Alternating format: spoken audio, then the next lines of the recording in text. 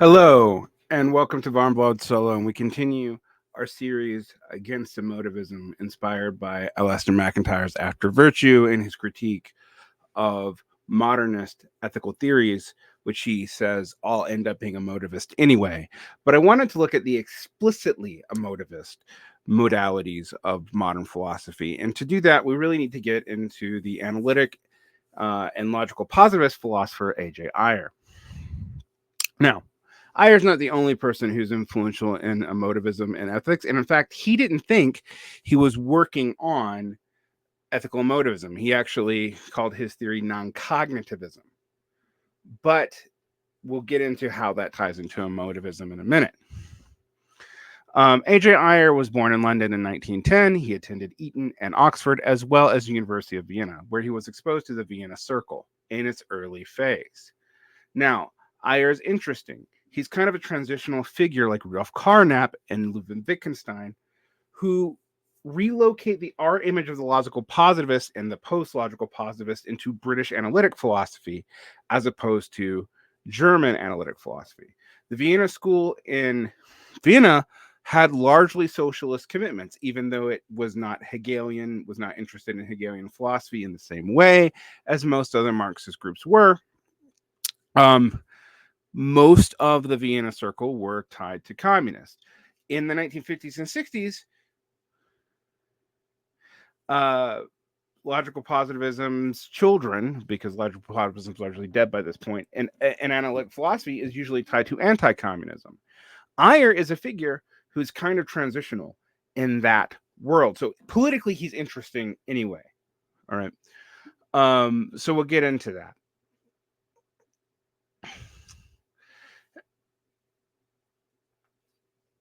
He was a socialist, although that's not really essential to his philosophy at all.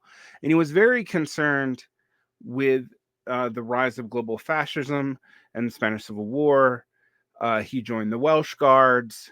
He was a member of the Labour Party. But in the 1950s, he did attend one of the Congress for Cultural Freedom events and ended up arguing against Arthur Koestler and Frank Birkenau, saying that their anti-communism was went too far, was too anti-Marxist, and missed any substantive view of socialism. But Ayer was also friends with Isaiah Berlin, who is generally also a liberal, a leftish liberal critic of Marx, and was also influenced by Gilbert Ryle. So like Ludwig Wittgenstein, who had vaguely socialist associations, and Carnap, who had strong socialist associations. Ayer had socialist associations, but was also associated with the critique of the Soviet Union in the 1950s, although he dissented from the majority view of the Congress of Cultural Freedom. Now, that's not relevant to our discussion here. It's just interesting to think about Ayer as a figure. All right. Ayer was really influenced by Bertrand Russell's skeptical essays. He also attributed G.E. Moore's Principia Ethica as having a lasting effect on him. He worked with Gilbert Ryle, the guy who came up with the term category error. And he flirted with joining the Communist Party, but decided not to, and instead doubled down with labor, although many of the people he worked with, such as Gilbert Ryle, actually fought with the Welsh Guards and worked against fascists. And actually, one of the things that Ayer did was actually try to gather information on fascist sympathizers in the United States. All right. So Ayer for us as socialists is an interesting figure, one that I think we should treat somewhat warmly. Even though he was, properly speaking, not a full communist and had a pretty strong critique of the USSR. He was an advocate of humanism. He was the second president of the British Humanist Society, although he was raised essentially by Dutch Orthodox Jews who had fled to Britain. He was also the president of the Aristotelian Society. He became a Knight's Bachelor in 1970. And so he's an interesting figure, like I said. Now, he was a verificationist, a project that the Vienna School actually undid itself, although verificationism was one of the original Vienna School doctrines. Then falsification becomes another. Both these doctrines are related to how we talk about cognitive content in statements and in science and what truth is. They're very different than the normal philosophy we talk about here on Varn Vlog, because most left philosophy is tied into post-Hegelian thinking, both continental and analytic, and tends to avoid this phrase of philosophy. Although I'm actually probably more formally educated in this kind of philosophy, in analytic epistemology and whatnot, than I am in continental philosophy. My continental philosophical education personally actually comes from the humanities end of my education, not the philosophical end. All right. All that context for both me and AJ Ayer aside. How is non-cognitivism related to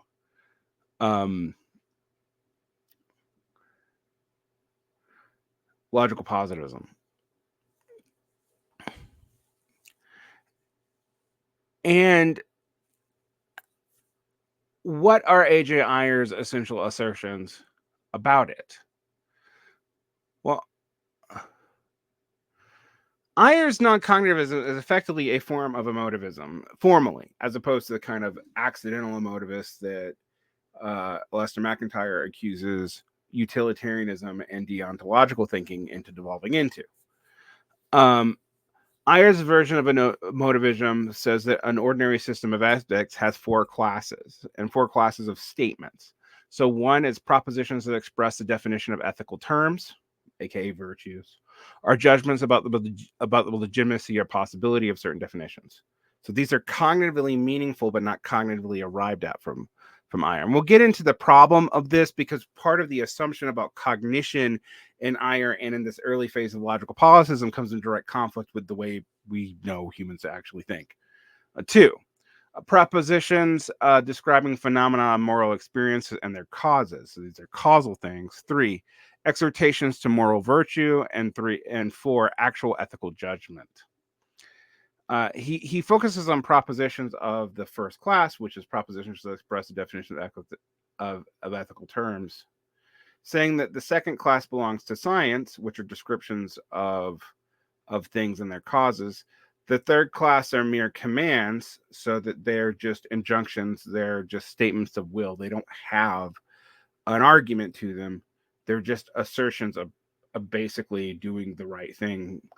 And fourth, the fourth are too concrete to be ethical philosophy, meaning that they are normative statements as opposed to metaethical statements. Now, we'll get into metaethical statements. When you get into this kind of philosophy, you will find a whole set of categories you probably aren't used to using. So what is a metaethical versus a normative statement, you might ask? All right. Metaethics is a study of the nature, scope, and meaning of moral judgment. So it is the understanding of the justification of ethics, right, as opposed to the content of an ethical judgment. So the metaethics of virtue ethics is pluralistic modeling, usually grounded in assumptions about the good as taken from other assumptions, both cultural and not, about society. The metaethics of deontological ethical rules is that there's one rule which can be made into a universal law, and you should act accordingly to that, so that you have a rational rule for all ethical actions, so that there's no pluralism. And then the metaethics of utilitarianism is to maximize utility and or maximize moral good, depending on what version of utilitarianism you use, or in the David Benatar moderate version, to minimize pain. There's radical differences between these three, by the way, and they're treated often as if they're the same thing, but that's neither here nor there. But these are metaethical statements as well as ethical statements. They don't just deal with the content of your ethics, but they deal with your justification for them. All right. The virtue ethics actually say you can't isolate ethics and have a ethical justification that is unique to just that. All right, so we've already seen that emotivism deals with the 4 categories of ethics. Ayer argues that moral judgments cannot be translated into ethical empirical terms and cannot be verified. Because it cannot be verified, and verification is one of the early logical positivist definitions of truth, therefore they are not cognitive, meaning they're not arguments of which you can think in logical processes about. They are emotive, they are ethical intuitions, and they are essentially, you can't logically arbitrate between them for Ayer. All right. And in fact, he would say that ethical concepts, like most metaphysical concepts, are worthless. That he doesn't think intuitions are useful, that moral sentiments are useful. So he differs from other like Hume or Adam Smith and other moral sentimentalists in saying that because these are mere emotions, they are worthless, and intuitions are pseudo concepts. And in fact, he goes so far as to say the following in Language, Truth, and Logic, Chapter 6. The presence of an ethical symbol in the proposition adds nothing to its factual content. If I were to say, you acted wrongly in stealing that money, I am not stating anything more than I have simply said you stole that money. And adding this action is wrong, I am not making any further statement about it. I am simply evincing my moral disapproval of it. It is as if I had said you stole money in a particular tone of horror or written it with an addition of some special exclamation marks. I now generalize my previous statement and say stealing money is wrong. I produce a sentence with no factual meaning. That is, it expresses no proposition that can be true or false. It's merely expressing certain moral sentiments. Now, I find this interesting because it assumes that there is a strict delineation between sentimental and logical concerns. And what someone like Alasdair MacIntyre or myself would say is this makes logical concerns irrelevant, that it's just formalism and putting that much weight on formal modes of deduction at the expense of your intuition, because you cannot say that something is, empirically factual or necessarily deductively logical, is to make most of human experience irrelevant. Also, it just doesn't help that our brains do not process truth statements in that way. In no way do most people actually separate out emotive and cognitive content like that. That is an artificial distinction imposed upon human cognition by philosophers, which is one of the reasons why logical positivism, even in its non-verificationist form, ends up being rejected even by analytic philosophers themselves. What MacIntyre will say, though, is that the problems of universality removed from other contexts, i.e. virtue systems removed from the larger context that produces them and their social relations and the assumptions about what people are, which are stripped out of these kinds of things, begins with utilitarianism and deontology in a way that leads to the kind of separations and over-privileging of the, quote, rational, or what the Frankfurt School call the formal, they would call this stuff formal superstitionism, to the point that basically emotivism is almost natural once you've taken the first leap made by deontology or utilitarianism. Now, the actual non-cognitive thought is much more complicated than I presented here. I only wanted to give you the basics here and a little bit of background for Ayer. The work that this mostly comes from is Language, Truth, and Logic.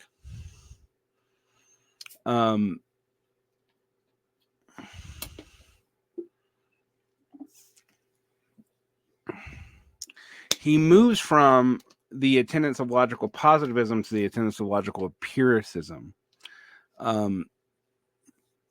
So we can already see here that later on, by the 1950s,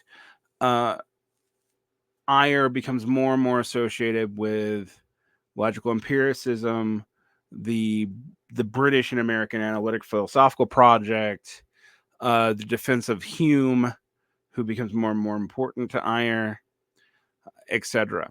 We can also see that even though Ayer was friends with Wittgenstein actually thinks these intuitions and stuff are super important.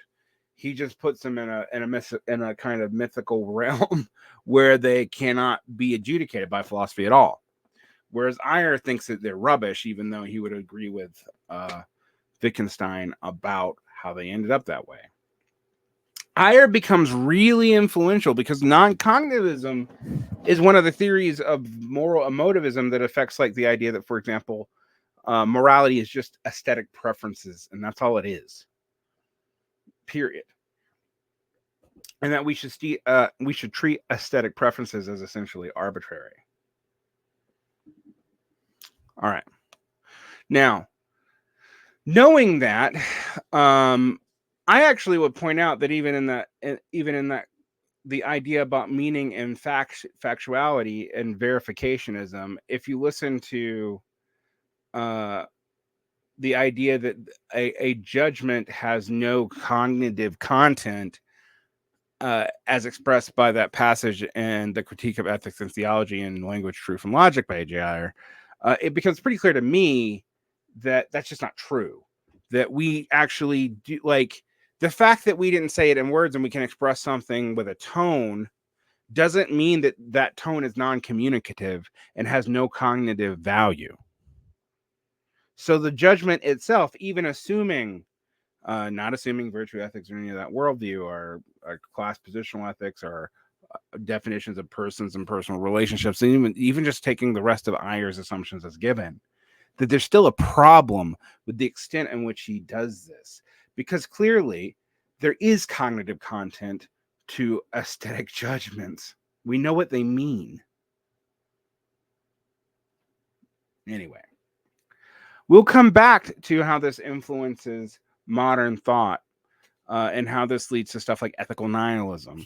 And I don't mean that as in the judgmental phrase of nihilism, like, oh, nihilism's bad, I mean it literally in that if you take this emotivism to its logical conclusion and go as far as Ayer does, you will believe that ethics and metaethics is literally meaningless, that it amounts to nothing.